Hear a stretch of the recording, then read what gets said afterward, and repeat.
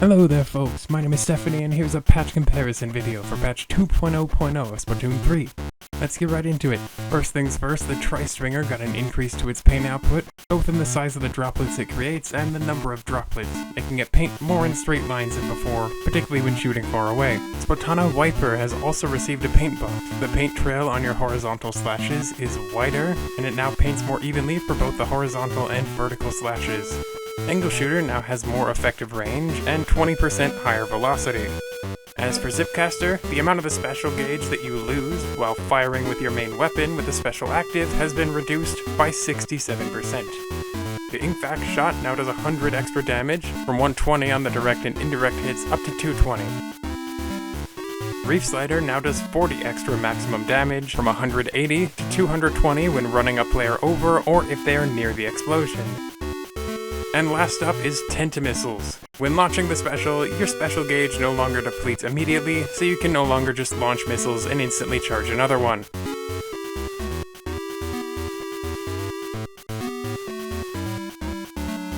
As for the special points, I don't really have a good way to compare these, but basically, Aerospray MG, NZAP 85, Splattershot Pro, Jet Squelcher, and H3 Nozzle Nose were all given 10 less points per special.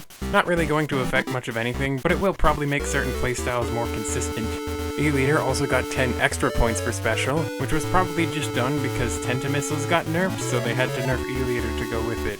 As for my thoughts on the patch as a whole, I think it was pretty solid. It's pretty clear the direction they're going is to focus more on buffs and giving players more options to deal with big threats, rather than making the big threats directly worse unless they really need to be. Tri-Stringer is one of my favorite weapons, but the low paint output was a pretty big weakness of it. Its paint output isn't incredible by any means, but it's still far better than it used to be. Splatana Wiper's changes were pretty big, and honestly I think they were kinda necessary, as this is a weapon that didn't really have that much going for it aside from its object damage up close.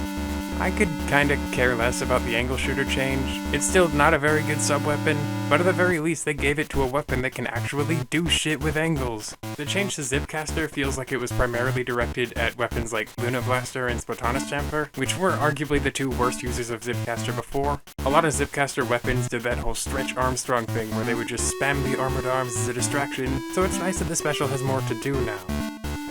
Then of course there's the Inkvac weapons, which are going to be particularly scary against objects like Crab Tank and Big Bubbler due to the special's piercing shots, now meaning you have 200 total extra damage to objects if you can pull it off.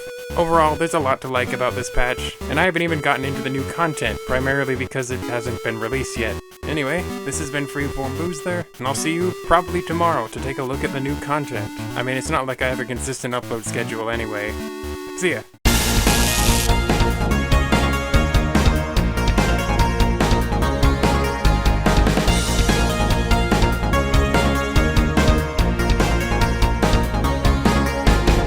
My neighbors are playing music very loudly, and I hope that does not get picked up on the mic.